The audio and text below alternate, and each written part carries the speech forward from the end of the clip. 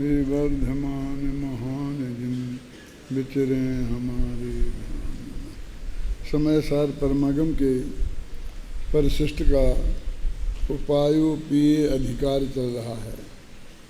उपाय माने मोक्ष मार्ग और उपेय माने मोक्ष। ये भगवान आत्मा जो अनंत शक्तियों का अखंड पिंड है, ये अपने निर्मल परिणाम से जब परिणमित होता है तो साधक की भूमिका में उपाय भाव में चलता है, और जब वो सिद्ध हो जाता है तो वो साध्य की भूमिका उपेय की बात आ जाती है। उपेय माने उपायों के माध्यम से जो हमें प्राप्त करना है, और उपाय माने है कि जो उपेय तत्व है, प्राप्त करने लायक तत्व है, उन्हें किन उपायों से प्राप्त किया जा सकता है, सम्यक दर्शन ज्ञान चारित्र से प्राप्त किया जा सकता है, तो ये हैं उपाय। तो ये उपाय और उपेय तत्व की चर्चा उनने की, और कल अपन ने इसको पढ़ा था, शायद है ना, पढ़ा था पूरा हिस्सा, जो गद्य वाला अंश है उसे पूरी तरह पढ़ा था।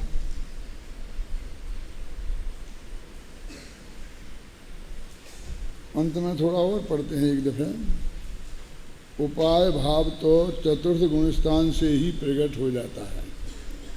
उपाय भाव माने मोक्ष मार्ग, क्योंकि वहाँ सम्यक दर्शन सम्यक ज्ञान के साथ साथ अनंतानुबंधी कसाय में के अभाव में होने वाली चारित्र गुण की परिणति भी अंश रूप से निर्मल हो जाती है।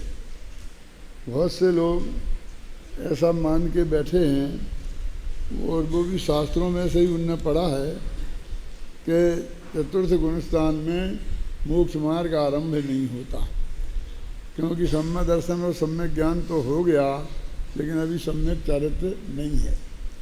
और फिर छेड़ाला में और लिख दिया कि चरित्र मोह बस लेस न संयम, रंच मात्र भी संयम नहीं है। वास्तव में लोक में जिसे संयम कहते हैं, जिसे संयम कहते हैं माने कि जादू तो वो है जो सिर पर चढ़कर बोले, माने वो सबको दिखाई दे। यद्यपि चारित्र मोह के उदय में संयम नहीं होता है, लेकिन अनंतानुबंधी कसाय रूप जो चारित्र मोह का क्षय हो गया, क्षय सम्यक दर्शन हो गया ना, उपशम हुआ हो, क्षयोपशम हुआ हो, तब भी अभाव तो हुआ ही है। तो उससे जो अंदर में निर्मलता आई है, वो निर्मलता ऐसी है कि वो जादू नहीं है जो सिर पर चढ़कर बोले। क्या मतलब? सिर पर चढ़कर बोले का क्या मतलब है कि जैसा भाई हमारा और आपका जीवन है साधारण गृहस्थों का, एक जैनी साधारण गृहस्थ है तो शुद्ध सात्विक खान पान है, अहिंसक जीवन है, हिंसा झूठ चोरी कुशील परिग्रह। ऐसे हिंसा झूठ चोरी कुशील परिग्रह जिनमें राजदंड मिले, ऐसे भाव जीवन में होना, उसे बोलते हैं वास्तव में मतलब असंयम का निकृष्ट रूप। और दूसरे वो खान पान की, अपने आचरण की शुद्धि, नैतिकता की बातें, ये सब मौजूद हैं हम आपके सबके। न कोई ऐसा अपराध हमारे जीवन में हो रहा है कि हमें जेल में जाना पड़े, न ऐसा कोई सामाजिक अपराध हो रहा है कि जिसे हमारा समाज बहिष्कार करे। जो राज विरुद्ध होता है उसे अन्याय बोलते हैं, जो समाज के विरुद्ध होता है उसे अनीति बोलते हैं। कहते हैं ना, जे आदमी अन्यायी है कि जे आदमी अनैतिक है। तो इसकी मोटी मोटी परिभाषा क्या है कि समाज जिन चीज़ों को नीति सम्मत मानता है उनका पालन नहीं करे तो उसे अनैतिक कहते हैं। तो तीन चीज़ों का त्यागी वो होता है, अन्याय, अनीति और अभक्ष। तो अन्याय तो जो राज विरुद्ध कार्य हैं वे हैं, और अनीति जो समाज विरुद्ध कार्य हैं वो हैं, और अभक्ष जिनमें जीवों की हिंसा होती है, ऐसे पदार्थों का सेवन, वो अभक्ष है। तो उनका त्याग, ये तीन चीज़ें जिनके जीवन में होती हैं। अब वे अवरत सम्यक दृष्टि भी हो सकते हैं और सम्यक दृष्टि भी हो सकते हैं। यानी अवरत सम्यक दृष्टि अपने नैतिक रूप से एक शुद्ध सज्जन अमानुष हो गए तो वो जैसा उसका आचरण होता है, सहायक सम्यक दृष्टि का आचरण भी उससे ज़्यादा कोई उत्कृष्ट होता हो ऐसा नहीं है। उसका भी यही है। अब वो जो अनंतानुबंधी के साथ अंदर से एक के विद्यमान है और एक के चली गई, तो उसका फल बाहर दिखाई नहीं देगा। इसका नाम है वो जादू नहीं है जो सिर पे चढ़ के बोले। अब उसके बाद अप्रत्यक्षानावरण कसाय गई, तो यद्यपि वो अनंतानुबंधी कसाय की दृष्टि में बहुत कमजोर है, उसका अनंतमा भाग है, उसे अनंतानुबंधी बोलते हैं ना। अब वो अनंत का अनुबंध करने वाली चीज गई, फिर भी बाहर के जीवन में दोनों के में अंतर दिखाई नहीं देता है। वैसा बिजनेस व्यापार वो भी करता है, वैसे तीन प्रकार की हिंसा ना, जैसे आरंभी, उद्योगी और विरोधी, उसके जीवन में भी देखी जाती है, हैं? संकल्पी हिंसा ये साधारण आदमी भी नहीं करता है। झूठ बोलने में भी ऐसा ही है, जैसे राजदंड मिले ऐसा झूठ ये वो भी नहीं बोलता और बाकी के लोग भी नहीं बोलते हैं। समाज जिसे अनैतिक कहे वो तो नैतिकता के पुरस्कार जीत के आता है, सम्मादर्शन नहीं है वह। तो ये उससे बाहर कुछ दिखाई नहीं दिया ना, तो चरणान योग वालों ने ये नियम बना दिया कि जब तक बाहर नहीं दिखाई दे तब तक उसको असंयम ही कहना। जब वो इतना अधिक हो जाए कि बाहर से दिखाई देना लगे तो उसका नाम संयम देना। देखो, एक नया नया मिट्टी का घड़ा है, अभी बनकर हवा में से निकला है। अब उसमें हमने एक बूंद पानी की डाली तो एकदम सूख जाती है ना, दिखती नहीं है, गायब हो जाती, कहाँ गई। तो उस घड़े को बताओ जगत को, और वो लोग एक गीला है क्या सूखा है, तो सब देख के यही कहेंगे सूखा है। गीलापन तो आया है ना, एक बूंद पानी गया है ना, लेकिन उसका नाम सूखा ही है जब तक उसका गीलापन एकदम स्पष्ट दिखाई देने न लग जाए। अब अपन पानी डालते रहो डालते रहो डालते रहो, बूंदें टप टप होते होते, और फिर कुछ में एक गिलास पानी पड़ जाएगा तो नीचे से वो गीला दिखाई देने लगेगा। फिर आप गीला कहोगे तो कोई कुछ नहीं कहेगा, और नहीं तो दो बूंदें डाल करके उसे गीला कहोगे तो वो कहेगा सिद्ध करो। तो जिसके लिए लोग तुम्हें सिद्ध करने के लिए मजबूर करें तो उसको अपन कहो ही नहीं कि गीला हो गया, झगड़ा खत्म। तो जिसमें संयम, जितनी कसाय अंदर से गई है उतनी चारित्र मोह में निर्मलता तो आई है, और अनंत कसाय गई है। लेकिन वो अनंतानुबंधी कसाय का ये कार्य नहीं था कि तुमसे राजा के विरुद्ध कार्य कराए, कि वो तुमसे समाज के विरुद्ध कार्य कराए, वो काम ही नहीं था उसका, इसलिए उसमें कोई फर्क पड़ेगा कैसे। तो मिथ्या दृष्टि के जीवन में भी वो बात नहीं है और इसके जीवन में भी नहीं है, इसलिए वो उसे संयम नहीं कहते हैं। जबकि हुआ है, अनंत गुणा हुआ है, अनंतानुबंधी कसाय चली गई है, और उसका बाहर से फल ही नहीं आया होगा, लेकिन हमारी दृष्टि इतनी कमज़ोर है कि उसमें वो दिखाई नहीं देता। और इसलिए कहते हम झंझटी में क्यों पड़ें कि आ बैल मुझे मार, कि हम वो पूछे कि तुम सिद्ध करो और हम सिद्ध करते फिरें और वो सिद्ध नहीं कर पाएँ। 10 आदमी को दिखाए तो सब कहेंगे गीला है ही नहीं। अब कहे पानी तो तेरे हमने आँख के सामने डाला, तो जिसकी आँख के सामने डाला होगा वो कदाचित कह भी देगा कि हाँ गीला है, लेकिन जिसकी आँख के सामने नहीं डाला वो तो देख के बताएगा तो मन नहीं करेगा। तो जिसको चरणान योग असंयम कहता है उसको अध्यात्म संयम कहता है, करुणान योग संयम कहता है। क्यों? कहते अनंतान मंदी के साथ गई है चारित्र मोहिनी की प्रकृति, तो उसके फल में कुछ नहीं आया होगा, कैसे हो सकता है?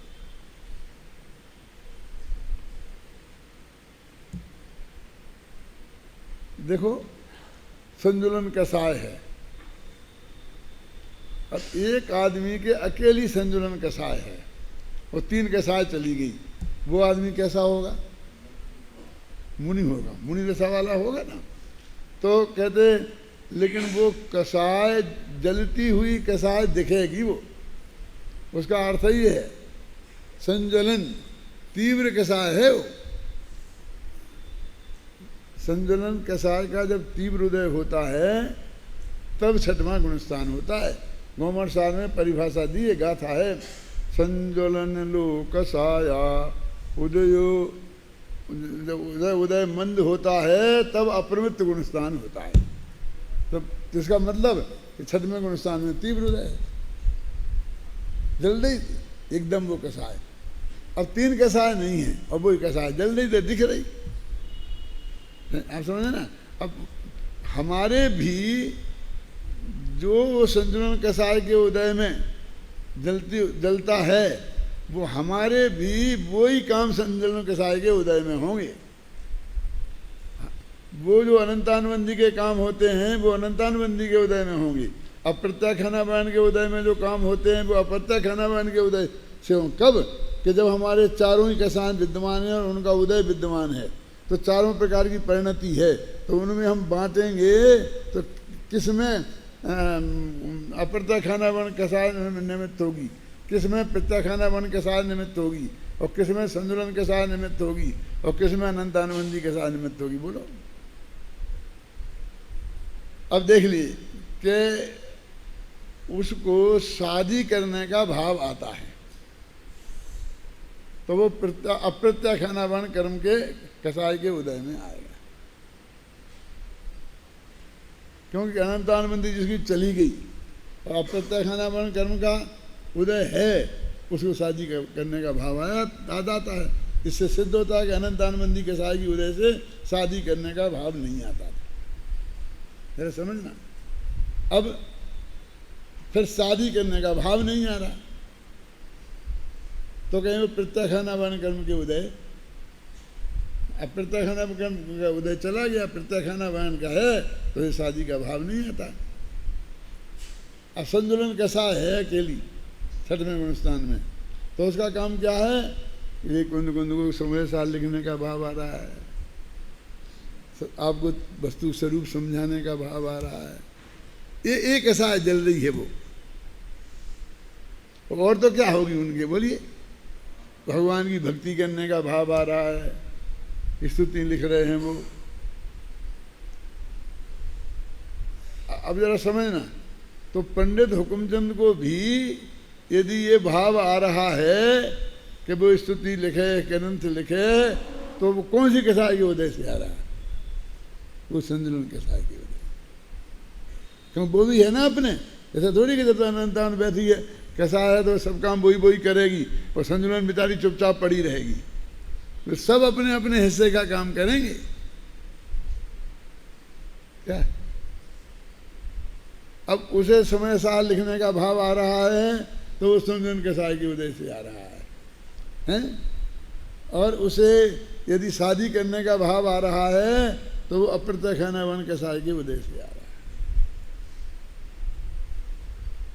अब समझ में आ गया ना?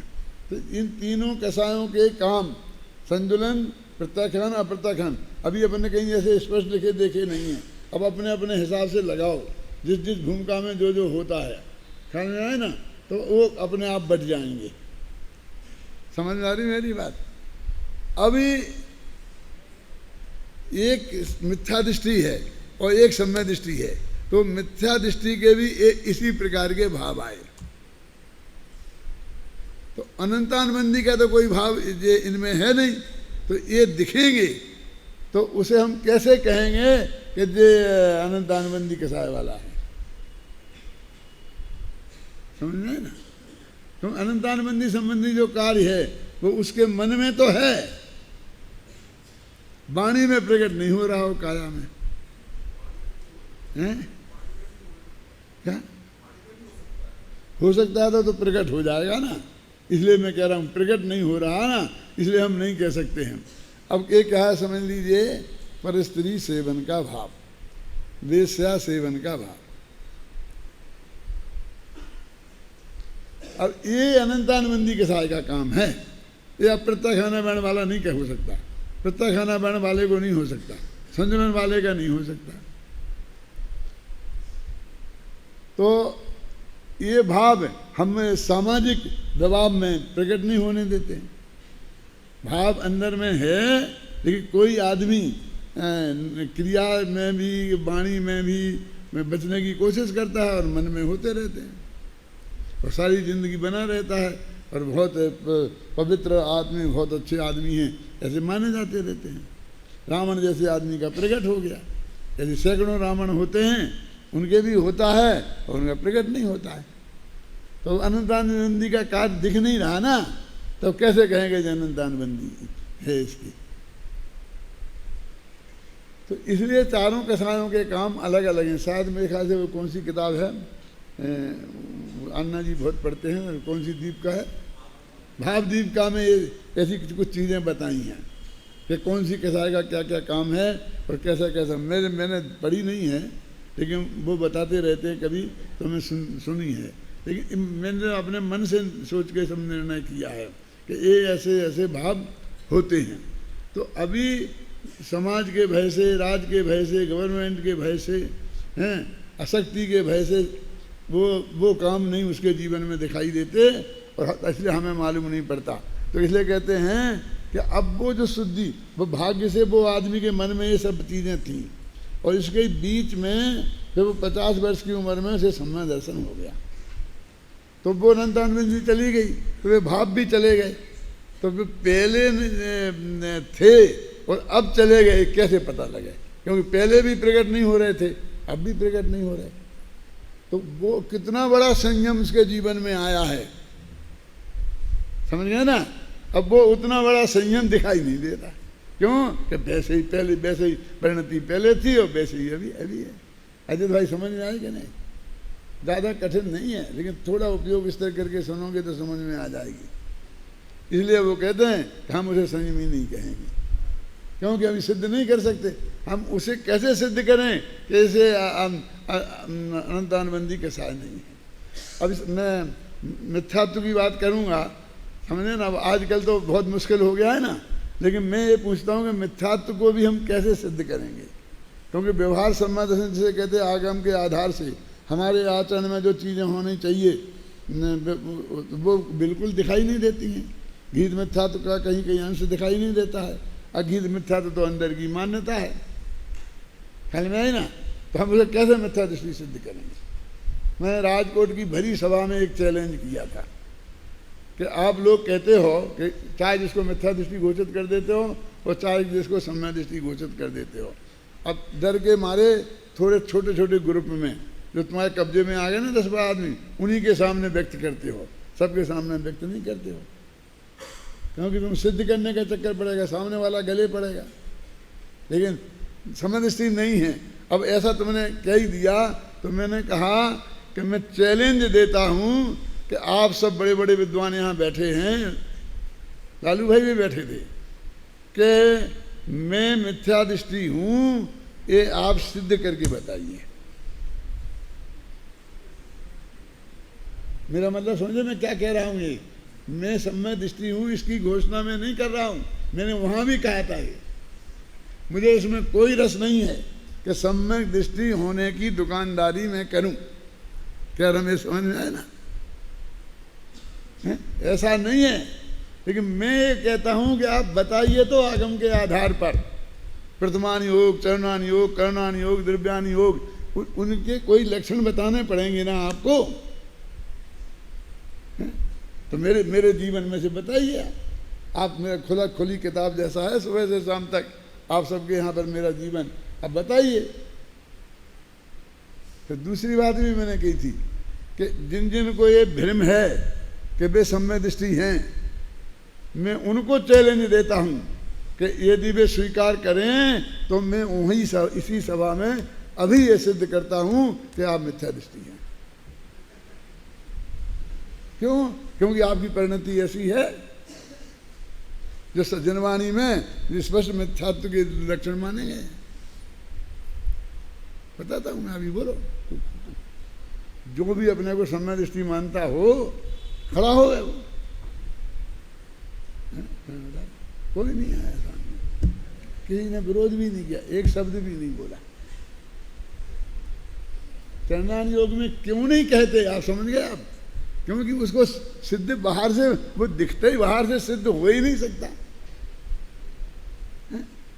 बाहर से सिद्ध हो ही नहीं सकता। वो एक रावण का तो इसलिए हो गया क्योंकि वो चक्रवर्ती सम्राट था, अर्ध चक्रवर्ती, तो उसे कोई बड़ा था ही नहीं जिसका डर हो उसे। जिनको भय नहीं होता है उनके पाप प्रकट हो जाते हैं, वे छिपाते नहीं हैं, डर नहीं है। और जिनके भय है उससे बड़े हैं, राजा दंड देगा, समाज दंड देगी, निकाल देगा, जाति बाहर होगी, नौकरी चली जाएगी, क्यों? तो वे उनके प्रकट नहीं होते हैं, और होते हैं, आप सिद्ध नहीं कर सकते उनको।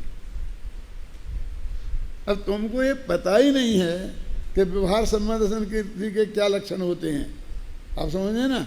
ये पता नहीं है तो तुम्हारे जीवन में ऐसी व्यवहार की कई गलतियां निकलेंगी कि जो मिथ्यात्व को कहते हैं। और जो अच्छे अभ्यासी हैं करणानी योग के, प्रथमानी योग के, वे सब चीज़ें बिल्कुल अच्छी तरह से आगम के अनुसार देख के करेंगे तो उनके जीवन में ऐसी चीज़ पकड़ में आएगी ही नहीं, है ही नहीं, तो पकड़ में कहाँ से आएगी? वो तो आत्मा के लेवल पर है जहाँ से बात पकड़ में नहीं आती है, ये समस्या है। तो वहाँ पता नहीं पड़ेगा। अब जब अनंतानबंदी कसाई गई तो साथ में मिथ्या तो जाएगा ना, तो अनंत संसार खत्म हो गया, कितना बड़ा काम हो गया, और बाहर हम नहीं कह सकते। बोलिए क्या सिद्ध नहीं कर सकते हैं? सिद्ध कैसे करें? आगम के आधार से सिद्ध करना पड़ेगा ना। तो इसलिए कहते हैं यहाँ पर कि जो चरित्र वो है बस लेस नहीं है संयम। संयम अध्यात्म कहता है कैसे नहीं होगा। अब जो मैंने एक बात बताई थी ना कि वो उसको परस्त्री सेवन का भाव आ जाएगा, वेश्या सेवन का भाव हो जाएगा, लेकिन वो भी नैतिकता के डर से ना परस्त्री सेवन करेगा ना वेश्या सेवन करेगा, और बिल्कुल अपने जीवन की किसी परिणति से ऐसा प्रकट भी नहीं होने देगा। तो आप कैसे सिद्ध करेंगे?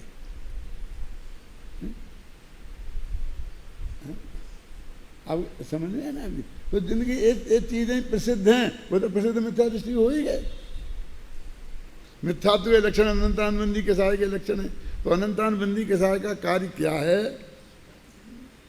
और अप्रत्याख्यानावरण के सहाय का कार्य क्या है, संजुलन के सहाय का कार्य क्या है, तो उससे उन कसायों की उपस्थिति का पता लगता है कि ये है और ये नहीं है। करना नहीं योग तो यही कहेगा कि भाई अणुवृत्त कैसे कहते हैं, तो क्या प्रत्याख्यानावरण के सहाय का जहाँ अभाव हो वे अणुवृत्त है। शरणानी योगे कहेगा कि जिसने हिंसा, झूठ, चोरी, कुशील, परिग्रह इनका स्थूल रूप से त्याग किया हो वो परिग्रह है। अब हम सब जैनी सामान्य हैं तो हम अष्टमूल गुण के धारी हैं, हम शब्द व्यसन के त्यागी हैं। ये चीज़ें हमारे जीवन में नहीं देखने में आती हैं, समझे? नहीं आती हैं। तो हमारा जीवन अपने माँ के पेट से निकले जब गर्भ में आए जब से ही हमारा ऐसा शुद्ध सात्विक आचरण है। अब हमें वो सम्यक दर्शन हो जाएगा, अनंतानबंदी चली जाएगी, तो हमारे जीवन में तो कोई अंतर आएगा नहीं, क्योंकि जो हमारे जीवन में राग की क्रिया देखी जाती है वो तो अप्रत्याख्यानावरण कसाय के उदय वाली देखी जाती है, और प्रत्याख्यानावरण कसाय का उदय तो अभी भी विद्यमान है, तो वो तो अभी भी दिखाई देगी। और वो कहता हमें तो कोई अंतर ही नहीं दिखाई देता है, जैसे दुकान पे पहले आते थे वैसे ही अभी आते हैं, जैसे व्यापार जैसे थे वैसे अभी करते हैं, जैसे नौकरी पे पहले जाते थे ऐसे अभी जाते हैं, जैसा खाना पीना पहले था ऐसे ही खाना पीना आज है, जैसी भगवान की भक्ति पूजा पाठ पहले था वैसा ही आज है। अब क्या अंतर आया, अब हम कैसे बताएं उसे, हमको उसको हम संयमी कैसे कहें। इसलिए वो कह देता है कि लेश भी संयम नहीं है। और करुणान योग वाले को तो दिखता है क्लियर कि वो प्रकृति ही नहीं है, सत्ता में से ही नाश हो गई, छायक समय दर्शन हो गया ना है? तो सब मिथ्या दर्शन होगा कैसे, तो सम्मा दर्शन तो हो ही गया। करुणान योग बहुत स्पष्ट शब्दों में कह देगा। अब चरणान योग में अनवय व्यतिरेक घटित करना पड़ेगा कि जिस आदमी के अंदर में अणुवृत्त माने अप्रत्याख्याना वर्ण कसाय चली गई है अंदर से समझना, तो उसके बाह्य आचरण अणुवृत्तों जैसा गारंटी से होगा ही। अंदर से बाहर की व्याप्ति है, अब बाहर से अंदर की नहीं है कि यदि उसका वैसा आचरण हो गया तो उससे ये सिद्ध नहीं होता कि अंदर से वो कसाय चली गई, क्योंकि अंदर में से वो कसाय जाए रहे और तब भी बाहर में ऐसा आचरण हो जाता है। भय इसने ऐसा लोभादिक के वजह से, इसलिए बाह्य आचरण से ये तो सिद्ध नहीं होता है कि ये अणुवृत्ति है कि महावृत्ति है। लेकिन अंदर में यदि वो करुणान योग वाला वो तीन कसाय का अभाव है और वो कहे कि हमारे तीन कसाय का अभाव हो गया, हम सम्यक दृष्टि हैं, अब आचरण थोड़ा हो तो नहीं हो, क्या फर्क पड़ता है। ऐसा भी लोग कहते हैं ना, अंदर से बाहर तो आता ही आता है, नहीं आएगा तो नहीं हो, हम क्या करें, तो नहीं होगा। यदि वो बाहर का आचरण गलत है तो गारंटी से अंदर से उस कसाय का अभाव नहीं हुआ है, और अभाव नहीं हुआ है तो अणुवृत्त नहीं है। ख्याल में है ना, तो महावृत्त नहीं है। उसको यदि प्रत्याख्याना बन कसाय का अभाव है तो ऐसी बाहर की परिणति तो वो ब्रह्मचर्य हुआ, ब्रह्मचर्य हो गया। हमने वो देह का कोई क्रिया विशेष का त्याग कर दिया, इसलिए हमारे ब्रह्मचर्यानुवृत्त हो गया। अरे शास्त्र में ये कब लिखा है कि वो उसको त्याग कर देवे।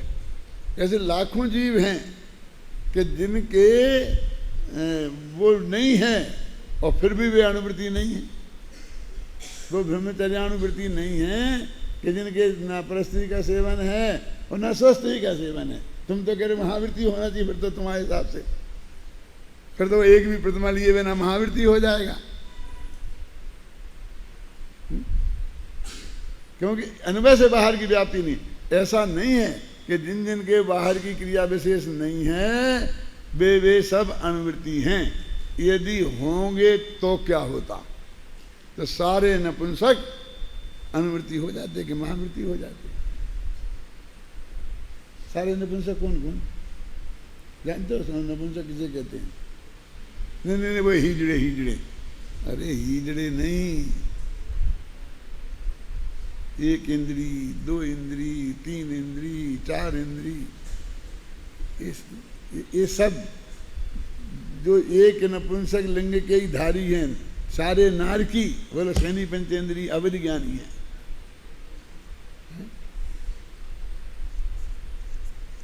कि नहीं बोलो, अवधि ज्ञानी है।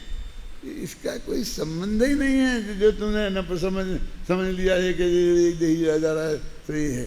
ऐसे ही किसी के विषादिक का संयोग नहीं देखा जाता है, उससे वो ब्रह्मचारी हो जाता है, ये है ही नहीं। तो फिर वो नहीं रह सकता, उसे विषय भोग भोगना जरूरी है क्या? कौन कहता है जरूरी है? हम तो ये कह रहे हैं कि बिल्कुल स्वतंत्र है, भोग है नहीं भोग है उससे कुछ नहीं है, लेकिन उसे ब्रह्मचारी नहीं कहते हैं। बात तो सिर्फ इसकी है। और तुम कह रहे हो तो निश्चित रूप से जिस भूमिका में तुम नहीं हो उस भूमिका का लाभ उठाना चाहते हो। तो वो ऐसे ही काम है कि जैसे आपने एमए में 3rd डिवीजन पास हुए थे और दुनिया को कहते फिर मैं 1st डिवीजन पास हूँ, क्या? तो वो जितना बड़ा अपराध है उतना ही बड़ा अपराध है कि जहाँ होता ही नहीं। प्रेमचंद का गोदान है, वो एमए में पढ़ाया जाता है। समझ गोदान नाम सुना? एक उपन्यास है बहुत अच्छा प्रेमचंद का, जो मरते मरते उन्होंने समय में लिखा था, तो वो एमए के कोर्स में है। तो आप गोदान पढ़ लिया तो आप एमए हो जाएंगे।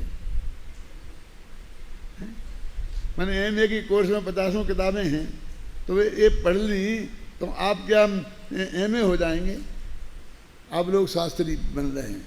अब शास्त्री के कोर्स में मान लो जी सर्वार सिद्धि है, जो जो ग्रंथ हैं मान लो बड़े, तो यदि कोई आदमी एक स्वाध्यायी वो एक ग्रंथ का स्वाध्याय कर ले अपने घर बैठ के, तो वो शास्त्री बन जाएगा। शास्त्री लिखने का अधिकार ये शास्त्री के कोर्स में है, और मैंने ये पढ़ी है, अच्छी है। मैं तुम शास्त्री पास किए, तुमसे अच्छी आती है मुझे सर्वार सिद्धि, मैं तुम्हें अच्छी बता सकता हूँ, तो अभी तुम शास्त्री नहीं हो। वो शास्त्री होने के लिए शास्त्री के कोर्स में जो जो चीज़ें हैं वे सब पढ़ने आना चाहिए, हैं? व्याकरण, संस्कृत और जो भी चीज़ें हैं, यदि उसमें वो हो गए ड्राइंग, ऐसे गधा घोड़ा बनाने की, तो उसके पास हुए बिना तुम शास्त्री नहीं हो सकते। क्या तुम क्या ये गधा घोड़ा की बात करते हो? हम समय सार की बात करते हैं। यही तो कहते कोर्स है ना शास्त्री का नक्की, जो डिग्री है ना वो उसके मतलब है। और ये तुम्हें वो भी तुम सीख जाओ, क्यों? और परीक्षा नहीं दो तो तुम शास्त्री हो सकते हो। जेल होगी जेल, यदि तुमने शास्त्री का लिखने की कोशिश करी तो फल में तुम्हें जेल मिलेगी। उसका एक पूरे सर्वांग होना चाहिए ना। मेरी बात समझ रहे हो आप क्या कह रहा हूँ? तब वो आप कहलाओगे ना, पूरी बातें होनी चाहिए। तो जो 7वीं प्रतिमा के लिए ब्रह्मचारी कहलाने के लिए जितने जितने उसके रूल्स रेगुलेशंस हैं उन सब का पालन आपको होना चाहिए, तब आप ब्रह्मचारी लिख सकते हो, उसके पहले नहीं लिख सकते हो। तो ये भी गजब हो गया। अब हम ब्रह्मचारी से ही नहीं रह सकते। अरे कौन कह रहा है कि नहीं रह सकते? तुम ब्रह्मचारी नाम नहीं रख सकते, समझ में आया ना? तुम एज डिग्री उसका उपयोग कर रहे हो, वो नहीं कर सकते। आप जानते हैं ये डीलिट की उपाधि है ना, डीलिट सुन ली होगी तो समझते तो होगे ना थोड़ी थोड़ी। तो ये ऑनरेरी भी मिल जाती है। ऑनरेरी मतलब उसे परीक्षा नहीं देते हैं, किताबें नहीं लिखते हैं, यूनिवर्सिटी खुद बुला के आमंत्रित करके और उनको डिग्री दे देती है। इंदिरा गांधी को दे दी थी, वो 12वीं क्लास पास थी, वो तो एमए भी नहीं थी, वो तो कोई ग्रेजुएट भी नहीं थी, पोस्ट ग्रेजुएट भी नहीं थी, और उसको देती थी डिग्री। कौन सी? ढीले। अटल बिहारी वाजपेयी को भी दे दी थी। वे कहाँ तक बढ़े थे? कोई पोस्ट ग्रेजुएट की कोई डिग्री थी उनके पास? उनको भी दे दी थी ना। तो उसका क्या नियम है कि वे सर्विस के लिए एप्लीकेशन दें तो अपनी क्वालिफिकेशन में डीलिट नहीं लिख सकते, और जिनने वो कायदे से परीक्षा देख के विद्यार्थी बन के दिए है वो लिख सकते हैं। समझ में आया क्या कह रहे?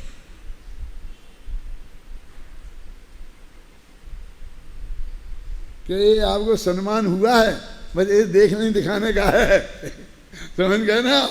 इसको आप दूसरे से कंपटीशन करके और उसे नौकरी नहीं मिले और तुम्हें मिल जाए, ऐसा नहीं हो सकता। अब ये सामान्य नैतिक नियम नहीं पाल सकते आप।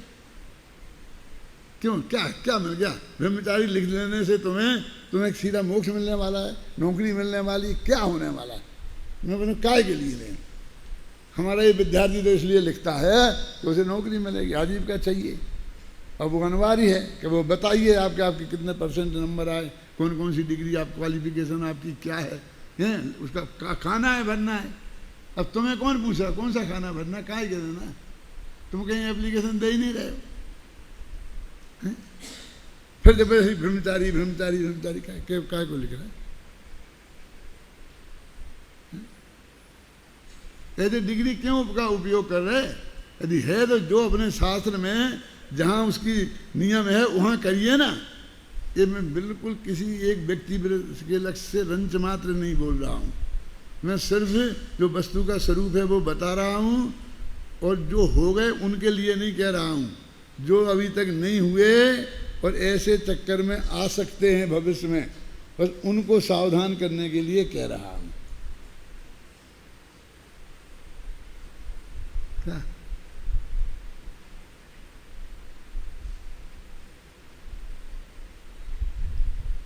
तो उल्टा हो जाता है ना। ये एक गृहस्थ से मुनि महाराज से विनय चाहे तो वो पाप बंद का कारण नहीं होगा। विनय का एक नियम है ना, क्यों समझ में आया ना अजित भाई? तो उल्टी मर्यादा चला रहा है ना, तो वो एक अज्ञानी ज्ञानी से विनय चाहे तो वो वैसे ही दंड का अधिकारी नहीं है। बड़े दादा कोटा में रहते थे, तो एक वहाँ आरिका जी थी, तो उनने कही कि हमें पंडित जी पढ़ा दिया करे आप कोई द्रव्य संग्रह जो भी किताब वगैरह पढ़ने के लिए। तो दादा ने कह दी पढ़ा देंगे। तो रोज ही ना जाते मंदिर में और फिर वो उन्हें पढ़ाते और वे पढ़ती थी। 4-6 महीना पढ़ा उनने। एक विद्यार्थियों जैसे वो पाठ याद करवाते थे, सुनते थे कल का पाठ, फिर आज पढ़ाते थे। जैसा विद्यार्थियों को अपन पढ़ाते हैं तो वे उसी विधि से पढ़ाते थे। अभी कुछ लोगों ने भड़का दिया कि पंडित जी आते हैं आपके पास तो आपको नमस्कार नहीं करते हैं, आपकी बराबरी पे बैठ जाते हैं। जिस पटिये पे आप बैठे उसी पटिये पे वो बैठते हैं, उसी उतने ऊंचे पटिये पे तुम वे बैठते हैं। तो इसमें आपका अपमान होता है। तो जब दूसरे दिन दादा पढ़ाने गए तो उन माता जी ने कहा कि पंडित जी आप हमें नमस्कार नहीं करते हो और आप उतने पारिये पे बैठ जाते हो, आपको नीचे बैठना चाहिए और आपको नमस्कार करना चाहिए। तो इन्होंने कहा देखो आज तक ना आपको विकल्प आया और ना मुझे विकल्प आया कि कौन किसको नमस्कार करता है कि नहीं करता है, कि कौन कितने ऊपर नीचे बैठता है। ऐसा विकल्प कुछ आया नहीं। अब आपको आया है तो मेरे दिमाग में भी आ रहा है कि जब अध्यापक आता है तो विद्यार्थी को क्लास में खड़े हो जाना चाहिए।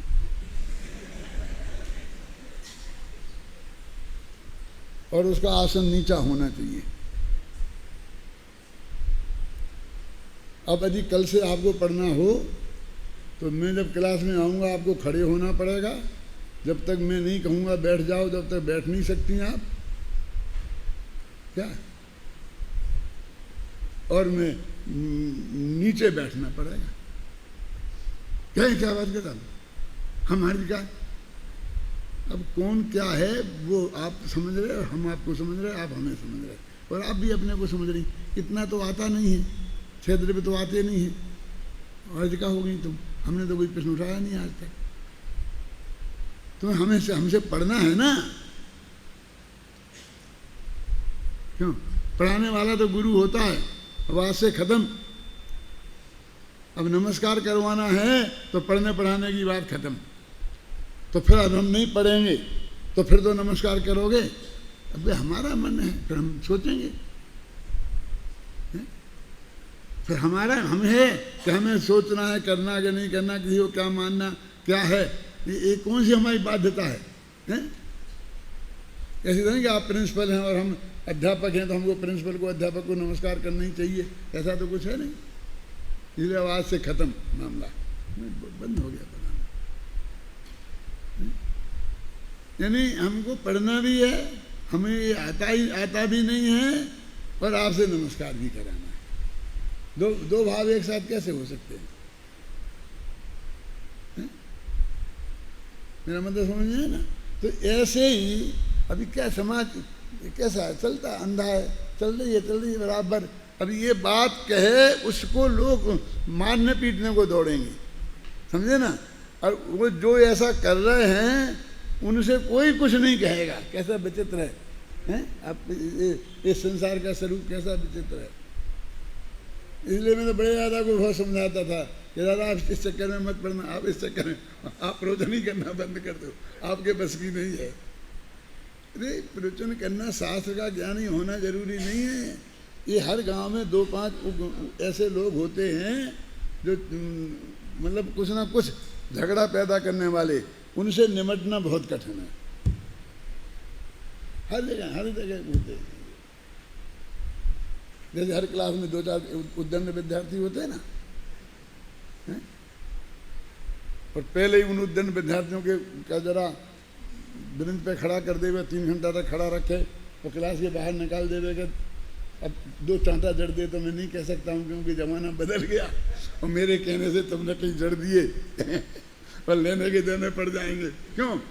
तो अगर सारी क्लास ठीक रहती है ना, कि जो अपने को बड़ा जोम में आता है उस जोम वाले को ठीक कर दो तो फिर सारी साल भर आराम रहता है? ये ऐसे स्वरूप है। वस्तु के स्वरूप का तो निर्णय करो, कौन कैसा का क्या कार्य है, कैसे होता है, कहाँ होता है। तो यहाँ पहले भी गुणस्थान नहीं, सम्यक दर्शन का भी ठिकाना नहीं, बिल्कुल ये मानते हैं कि हमें सम्यक दर्शन नहीं है। दूसरा उसे मिथ्या दृष्टि कहो, वे अपने को सम्यक दृष्टि माने तो ठीक ठाक है, वे खुद ही बड़े गौरव के साथ कहते हमें तो भैया सम्यक दर्शन फर्म दर्शन है नहीं। जैसे सम्यक दर्शन होना कोई बहुत बड़ा अपराध हो, है? हमें तो भैया है नहीं। अरे है नहीं है तो शर्म की बात है, होना चाहिए। तो बिना ही हुए क्या कहने लगे, ये कौन कह रहा है कि तुम बिना ही हुए कहने लगो, लेकिन होना चाहिए। नहीं होना गौरव की बात नहीं है। इतना गौरव तो आए सम्यक दर्शन का, इतनी महिमा तो आए, इतनी महिमा तो हमारी समझ में आनी चाहिए ना, वस्तु का स्वरूप क्या है। देखो कहाँ पढ़ रहे थे अपन,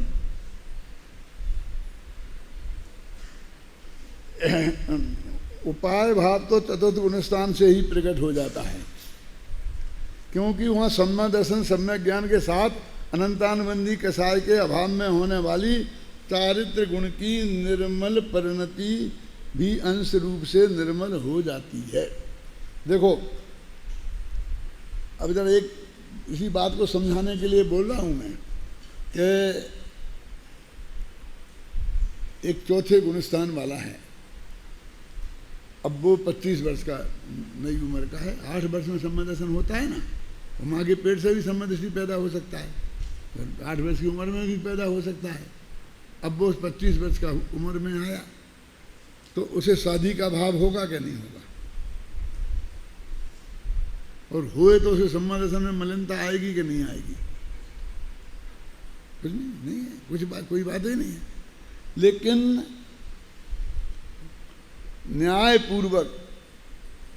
न्यायपूर्वक माने गवर्नमेंट जिसको मान्यता नहीं देती है उसको वो नहीं करेगा। भाव है, लेकिन गवर्नमेंट जिस चीज को स्वीकार करती है ना उस बात को, और समाज जिसको स्वीकार करता है। टोडरमल जी ने लिखा है कि आज की दुनिया कैसी है कि जिन कामों में समाज की और देश की परवाह नहीं करना चाहिए उनमें तो देश की और समाज की परवाह करता है, और जिन वहाँ समाजों कानों में करना चाहिए उसमें नहीं करता है। तो निकल लौकिक काम है शादी विवाह के, तो जो समाज में जैसा में मान्य है उसे मानो, झगड़े में मत पड़ो। आप समझिए ना। और धर्म के मामले में कि नहीं मैं तो गिरी मिथ्यात्व को पोषण नहीं करूँगा, ये पूज्य लायक नहीं है तो नहीं है, कि आप परिवार में हो रही, हम परिवार में परिवार की हम कुछ नहीं जानते। उन्होंने कुटुंब परिवार की मान्यता सामाजिक कामों में तो मानना और धार्मिक में नहीं मानना, समझिए ना। गुजराती कहते 4 फेरे पाड़ो तो शादी हो जाती है, हिंदी वाले कहते 7 फेरे पाड़ो तो शादी हो जाती है, मराठी कहते हैं भांजी से भी मामा शादी कर सकता है ना। कहते कि नहीं कहते हैं, तो उनके यहाँ वो नहीं थे कि वो समाज मान्य है, और यहाँ कहते कि नहीं कर सकते, यहाँ मान्य नहीं है। यहाँ वो करेगा तो सम्यक दृष्टि रह सकता है महाराष्ट्र में, और यहाँ हिंदी प्रांत में सम्यक दृष्टि नहीं रह सकता।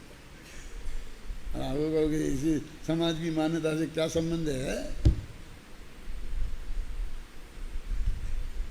अनुचित नहीं लगता तुम्हें ये मान्यता? नहीं है। क्यों नहीं है? पीछे कि समाज सारा विरोध करेगा फिर भी मैं एक करके रहूँगा, ये तीव्र राग के बिना ये संभव नहीं है। इतना तीव्र राग सम्यक दृष्टि के नहीं होता। ये अनंतानुबंधी का लक्षण है। इतना तीव्र राग होकर के अष्टम एडवर्ड ने राज्य छोड़ दिया, लेकिन मैं इस लड़की से शादी करूंगा तो मैं उससे ही करूंगा, जो भी हुआ हो। ख्याल में आई ना?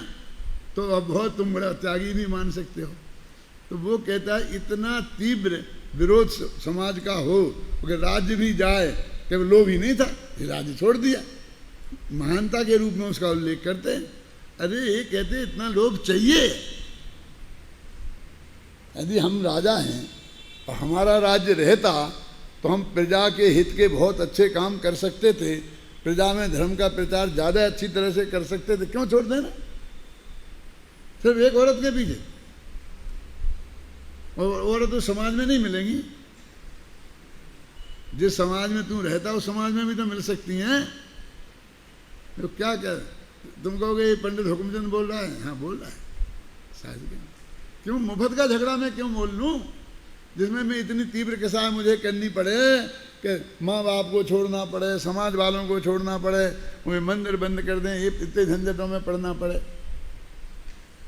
इतनी तीव्र कसाई रिक्शा वाला मैं नहीं हूँ। एक बात को और अंतिम कहता हूँ इस संबंधी कि जिन लोगों ने अणुवृत्त नहीं लिए हैं, ध्यान से सुनना,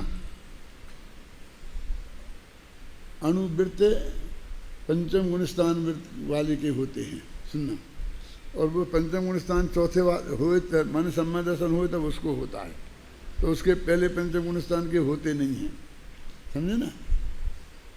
अब अणुवृत्त नहीं लिए हैं वे सब अरबपति बनना चाहते हैं, चक्रवर्ती बनना चाहते हैं। उनको प्रति समय चक्रवर्ती बनने का पाप लग रहा है, क्योंकि उसका त्याग नहीं है। माने उसने त्याग नहीं किया, अपन कह देंगे तो त्याग कर दो भैया, नहीं तो मुफ्त का पाप लगेगा। अरे मुफ्त का पाप कोई नहीं लगता, उसका भाव अंदर में वैसा होता है, वो मुफ्त का नहीं है। तब तक आपको ये सब अरबों रुपया चाहिए, और यदि, लेकिन एक शर्त है कि मैं अन्याय से एक पैसा नहीं कमाऊंगा। अन्याय, अनीति और अवश्य का त्यागी। अणुवृत्त लिए नहीं, इसलिए अरबों चाहिए, चक्रवर्ती बनना है। और चूंकि सम्यक दर्शन हो गया, माने अनंतानुबंधी चली गई, इसलिए अन्यायपूर्वक नहीं चाहिए। चाहिए कि इतनी प्रबलता, और नहीं चाहिए कि भी इतनी शर्त। एक अरबपति आकर और हमें गोद ले ले तो हम जाएंगे कि नहीं? एक सम्यक दृष्टि को जाना चाहिए कि नहीं? घर में कोई व्यवस्था नहीं है, बिल्कुल आजीविका नहीं है, कुछ बहुत परेशानी है, इतने में चक्रवर्ती आकर के क्यों और वो हमें गोद ले ले, तो जाना चाहिए कि नहीं? अरे क्यों नहीं जाएगा? उसको तो अरबों की तो इच्छा थी ही, और न्यायपूर्वक मिल रही है, क्योंकि वो कोई दबाव नहीं डाला, कोई लेना नहीं देना नहीं। गवर्नमेंट का कानून है कि हम गोद में ले सकता है, उस कानून के अंतर्गत वो हमने उस पर कोई दबाव नहीं डाला, उसने हमें गोद लिया है। समाज में मान्यता है, कोई गोद ले तो समाज उसे मान्य करता है। तो ना ये अन्याय है और ना ये अनैतिक है और ना इसमें कुछ अवक्ष है, तो सम्यक दर्शन के रहते हो सकता है, क्यों नहीं होगा? उसे अरबों चाहिए और ले लेगा। अब कोई आदमी ये कहे कि देख उस सेठ, अरबपति सेठ को एक लड़के को गोद लेना है, और उसने नक्की कर लिया है, चुनाव किया है, तेरा भी नाम उसमें है, दूसरा नंबर है, एक और पहला है, इसका नंबर है, फिर तेरा है। यदि उसने या उसके माँ बाप ने अपने लड़के को गोद जाना स्वीकार नहीं किया, ऐसा हो सकता है ना, जिस बाप का बच्चा बेटा है, एक ही बेटा है, अब वो भी करोड़पति है, अरबपति नहीं है, तो अरबपति गोद मांगे उस बच्चे को तो वो दे देगा? और बिना बच्चे का हो जाएगा, क्यों? उसे हो जाना चाहिए। नहीं, मैं नहीं दूंगा, मैं अपने साथ रखूंगा, अपने राजनीति सिखाऊंगा, पढ़ाऊंगा, लिखाऊंगा, सब काम करूंगा। नहीं कर। यदि उसने अस्वीकार कर दिया तो तेरा नंबर है। बोल यार, सोच ले। अब तू मेरी एक सलाह माने तो तेरा पक्की गारंटी कर सकता हूं मैं अभी। क्या? तो बस ये पुड़िया है पान की, जाके उसे खिला दे, क्या काम खत्म। समझ गए ना? वो नहीं होगा तो तू तो फिर गोद में है ही, करेगा बोला। क्या है? कुछ नहीं, मैंने कुछ नहीं किया है, उन्हें बनाई, वो लाके दे रहा है बस। तुझे तो यहाँ से लाके इतनी सी उसे देना है बस। बोलो शांतिलाल जी, ब्रह्म दृष्टि है तो स्वीकार करेगा? किसी की हत्या करके बिना अपराध के, बिना लड़ाई के, बिना झगड़ा के, एकदम संकल्पी हिंसा, ना विरोधी हिंसा है, ना आरंभी है, ना उद्योगी है, और ऐसा इस कीमत पर किसी की नहीं चाहिए मुझे। चक्रवर्ती का संपदा नहीं चाहिए, कल के लिए रोटी खाने को नहीं हो तो भी चलेगा, और वो नहीं चाहिए। अब समझ में आ गया आपको कितनी बड़ा फर्क है सम्य दृष्टि में और मिथ्या दृष्टि में, हैं? अब कहने को रंच मात्र भी संयम नहीं है, क्योंकि उसने अनुव्रत नहीं लिया। अल्प संयम को अनुव्रति बोलते हैं, पूरे संयम को महाव्रति बोलते हैं। अब मैंने एक पैसे के परिग्रह के मामले में बताया, अब उसके चरित्र के मामले में, शादी के मामले में बताया कि कोई भी लड़का है और उसे शादी करनी है, 25 वर्ष का है, छायक समय दृष्टि है, तो लड़कियों की तरफ देखेगा कि नहीं देखेगा? नहीं देखेगा तो शादी कैसे करेगा? कैसे करेगा? आकाश से टपक के आएगा कोई, और आकाश से भी टपक के आएगा तो देखेगा तो कि नहीं? बात तो करेगा कि नहीं? तो लड़कियों की तरफ देखेगा कि नहीं? छायक समय दृष्टि। क्या कह रहे हो तुम? क्या सिखा रहे हो बच्चों को? अब देखिए, और वो यदि लड़की पसंद आ जाए तो बेहोश भी हो सकता है, कैसा? पवन जय जैसा। पर अपने माँ बाप से मांग भी कर सकता है कि शादी करूंगा तो उससे करूंगा, उसी में शादी करूंगा, ऐसी मांग भी कर सकता है, तो भी सम्यक दर्शन में कोई तकलीफ नहीं है। वो जो बड़ा उपन्यास लिखने वाला था, जो अब नहीं लिखूंगा, ये उसके अंश हैं, उसके चैप्टर हैं। क्या समझ में आया? शादी करना है, इतनी तीव्र आ गई। अब इतने में किसी ने आके कहा कि वो तो शादीशुदा है, जिस लड़की को देख के तुम बेहोश हो गया है वो तो शादीशुदा है। बोलो क्या करेगा? 1 सेकंड में उसे बरकती, कुछ नहीं। अब किसी भी कीमत पर मुझे उससे शादी नहीं करनी। समझ में आया ना?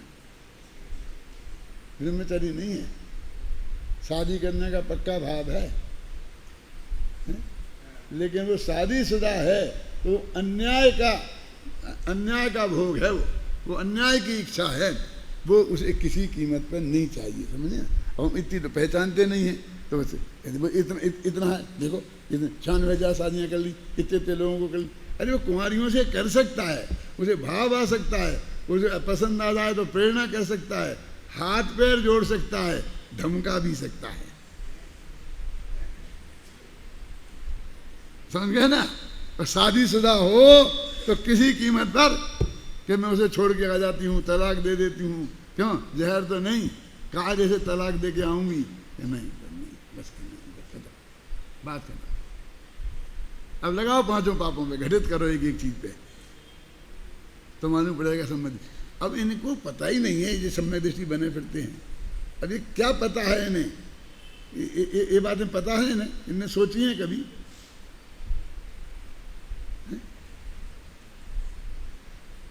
कितनी बारी की है, समझ में आई ना?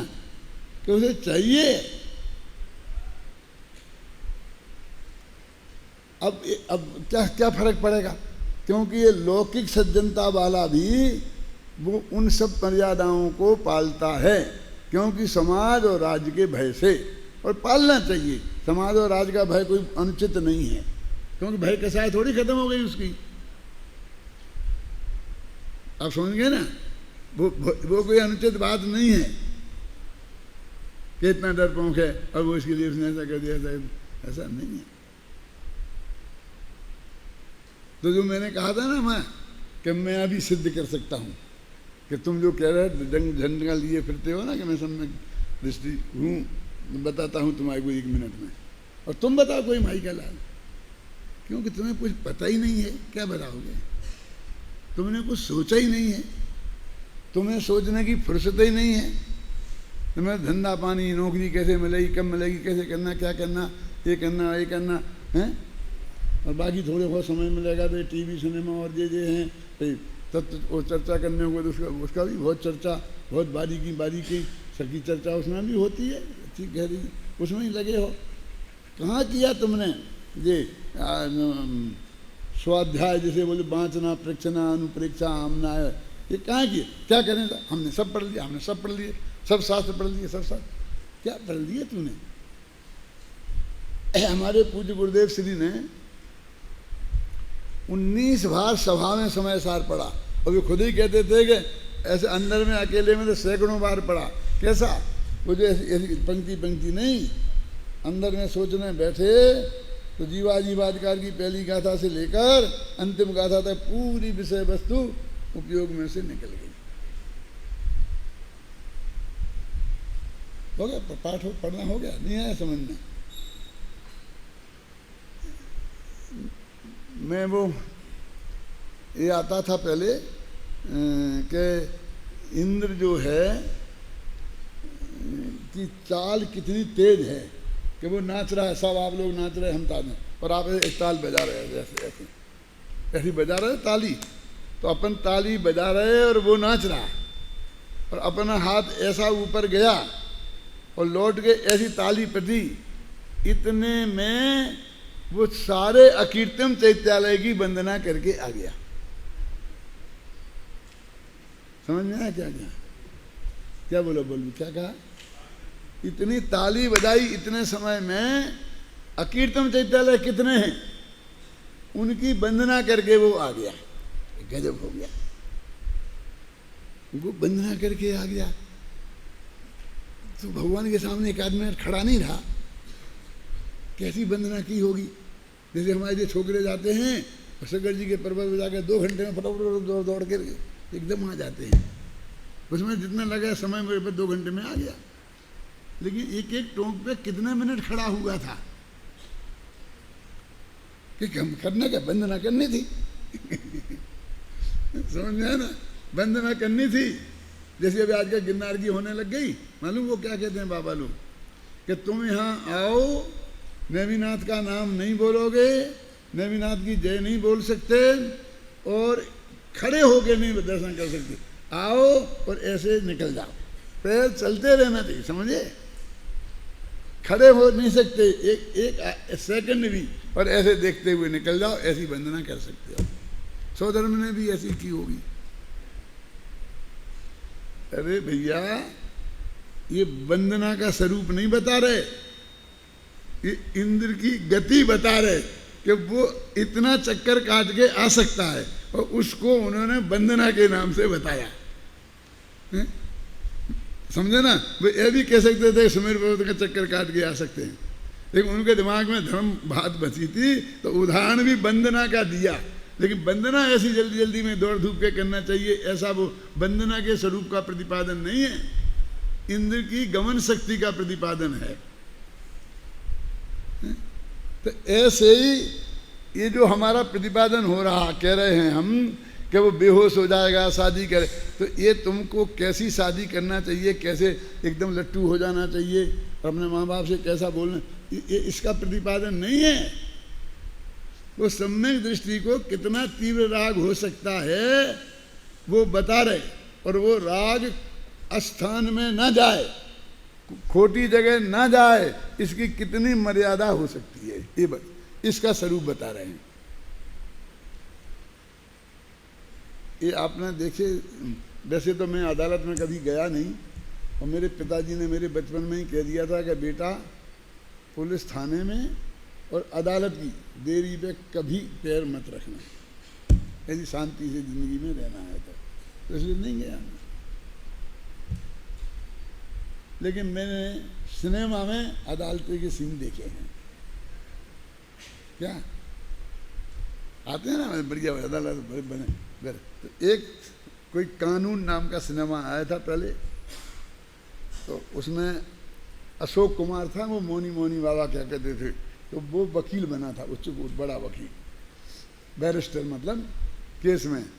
तो वो लड़ता था, तो हम अशोक नगर से बिरसा जाते थे, तो रास्ते में 3-4 घंटे 2 गाड़ियों में गैप पड़ता था, तो ये 3 घंटे कहाँ काटें, तो बगल में ही सिनेमा था, तो उसमें चले जाते थे लोग सब। इससे वो समय सबका कटता था।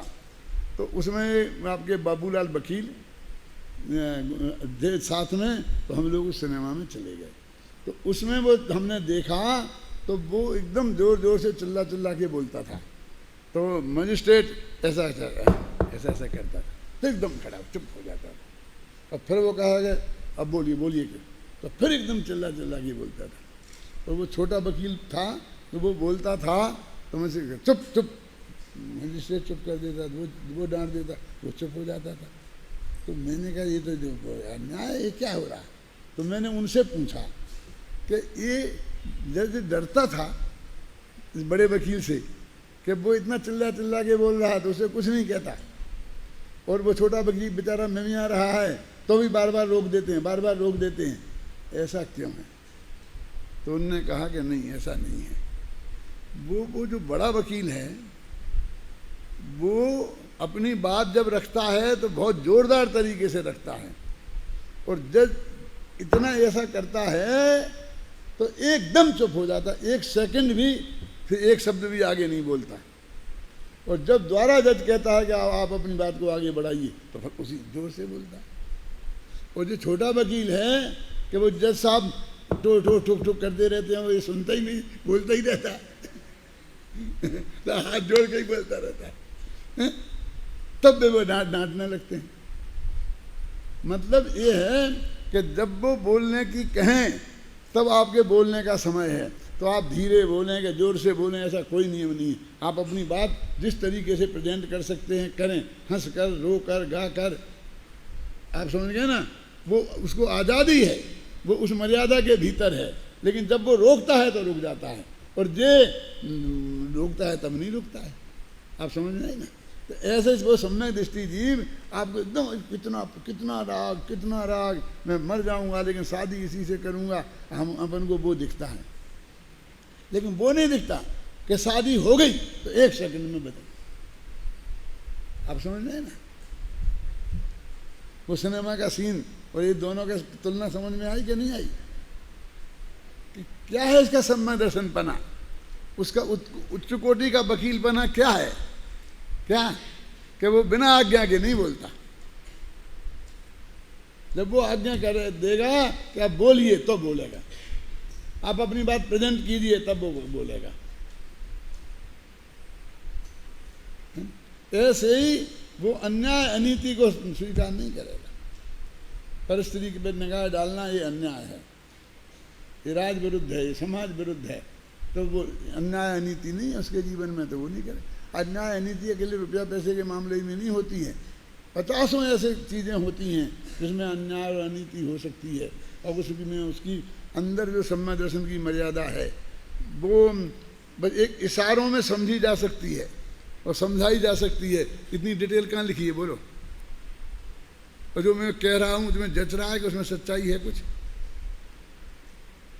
समझ में नहीं ना। कि ये एक तरफ तो प्रथमानी योग में ऐसा लिखा है, बड़े बड़े सम्यक दृष्टि साहित्य सम्यक दृष्टि थे, और उनकी ऐसी 96,000 शादियाँ और ये लड़ाई ये लिखी हैं, तो हमारे गले नहीं उतरती कि नहीं उतरती, नहीं उतरती है। इसका मतलब है आप चौथे गुणस्थान का स्वरूप नहीं समझते। अपने को सम्यक दृष्टि कह रहे, लेकिन सम्यक दृष्टि का स्वरूप नहीं समझ रहे। बोलो, अब वो जो कह रहे थे कि हम कह सकते हैं, तो तुम किस आधार पर कह सकते हो, तुम्हें स्वरूप तो मालूम नहीं है। तुम कैसे, तुम्हारा जीवन में वो चरित्र कैसे आएगा, व्यवहार चरित्र भी कैसे आएगा, सीमाएं भी कैसे आएंगी, ये सब सोचने की चीज़ नहीं है। आप यदि आज कोई जज बनने जा रहे हैं तो आपके विकल्प नहीं आता है कि कल मैं जज में बनूंगा तो मुझे कैसे बैठना चाहिए, वहाँ कैसे अदालत में जाना चाहिए, सारे जितने भी बैठे होंगे क्लाइंट उन्हें खड़े हो जाना चाहिए, तो बड़े बड़े वकीलों को भी खड़े हो जाना चाहिए, जज की ये सारी चीज़ें आप समझोगे कि नहीं समझोगे कि वहाँ की जो मर्यादाएं हैं उनका हमको कैसे पालन करना चाहिए, कैसे कानून, समझने का भाव आता कि नहीं आता। तो तुम सम्यक दृष्टि हो गए तो तुम्हें वो समझने का भाव आना चाहिए ना, हैं? तो वो जज कैसे समझेगा, वो दूसरे जजों से पूछ के समझेगा, कोई किताबें होंगी तो उनको समझेगा, कानून की देख के समझेगा, कुछ ना कुछ करेगा ना। आपका उस दिशा में प्रयत्न ही नहीं है। आप तो समझते हैं कि हम ऐसे ऐसे डोलते डोलते गाना गाते गाते चले जाएंगे और गद्दी पर बैठ जाएंगे। क्यों? अब गाना गाते रहेंगे कि हाँ बोलो बोलो, बल्कि बोलता रहेगा, हम अपना गाना गाते रहेंगे। क्यों? हम तो जज हैं, ऐसा नहीं है। मेरे कहने का मतलब ये है कि उसकी मान मर्यादाएं का भी आपको पता होना चाहिए, चारों अनुयोगों की परंपरा से उसे हमें समझना चाहिए। यद्यपि किन्हीं किन्हीं को छायक सम्यक दर्शन चतुर्थ गुणस्थान में प्रकट हो जाता है, तथापि छायक ज्ञान 13वें गुणस्थान के पहले नहीं होता। अब कितना फर्क है सम्यक दर्शन की पूर्णता और सम्यक ज्ञान की पूर्णता। यद्यपि ज्ञान का परिणमन सम्यक ज्ञान रूप हो गया है, वो भी सम्यक हो गया, ये भी सम्यक हो गया, लेकिन पूर्ण नहीं हुआ और ये पूर्ण हो गया। तथापि ज्ञान की पूर्णता केवल ज्ञान होने पर ही होती है। इसी प्रकार चारित्र की पूर्णता साध्य भाव की सिद्धि के साथ ही होती है। और साध्य भाव की सिद्धि कब होती है? सिद्ध दशा, मोक्ष में। चाहे तो वहाँ मोक्ष में पूरा होगा, स्टार्ट सबका एक साथ हो जाता है, एक साथ स्टार्ट हो जाता है, ये नक्की है, हुआ। और फिर कहते हैं चौथे गुणस्थान में सब चारित्र नहीं है। अब ये भी कथन है, चरित्र मोहि बस लेस न संयम, ये भी कथन है जनवाणी में। अब इसकी तुम्हें संगति बैठालनी पड़ेगी ना कि यहाँ क्या अपेक्षा है, वहाँ क्या अपेक्षा है, यहाँ क्या अपेक्षा है। यदि नहीं समझेंगे तो सब बात साफ है, बस समझ लो। तो इस तरह से ये जो उपाय उपेय भाव, उपाय भाव माने चौथे गुणस्थान से अब तुम 13वें गुणस्थान के 14वें गुणस्थान के अंत तक समझ लो। और उपेय भाव माने सिद्ध दशा, 14वें गुणस्थान, चौथे से 14 तक। तो ये उपाय भाव है। अब कहाँ किस लेवल का है, किस दृष्टि का है, कैसे क्या है, लेकिन वो चौथे गुणस्थान से तीनों का आरंभ एक साथ हो जाता है। लेकिन एक अपेक्षा भी जनवाणी में आती है कि तो अभी 2 हुए हैं और तीसरा अभी बाकी है। अब तो ऐसी बात भी आ गई है कि वो छायक सम्यक दर्शन भी हो गया तो भी उसे वो अधूरा मानते हैं। वो कहते नहीं है, वो तो अभी है तो बीतराग सम्यक दर्शन नहीं है, वो सम्यक दर्शन के 10 भेद है ना, कर्णान योग में है ना 10 भेद, तो उसमें वो गाढ़ अवगाढ़ ऐसे है ना, तो वो होते हैं। अब ये सब बाहर सम्यक दर्शन के साथ होने वाले चारित्र के विकल्पों के भेद हैं। सम्यक दर्शन तो छायक हो गया तो चौथे में ही पूरा हो गया। और मैं कहता हूँ सम्यक दर्शन अधूरा होता ही नहीं, सर्वोपम सम्यक दर्शन भी पूरा ही है, उपसम सम्यक दर्शन भी पूरा ही है, अधूरा होता ही नहीं। ज्ञान अधूरा होता है, मुक्त केवल ज्ञान पूर्ण है। चौथे गुणस्थान में जो है वो पूर्ण नहीं है, लेकिन छायक तो अधूरा होता ही नहीं, सम्यक दर्शन तो अधूरा होता ही नहीं है, चारित्र में भी है, ऐसा है।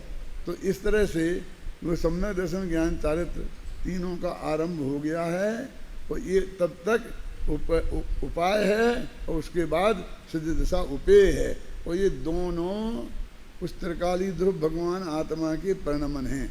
47 शक्तियाँ जो हैं, उन 47 शक्तियाँ माने अनंत शक्तियाँ, उनका निर्मल परिणमन के भेद हैं। का निर्मल परिणमन को शामिल करके बात है। तो ये उपाय भाव और उपेय भाव उस निर्मल परिणमन के भेद हैं। बस बाकी कल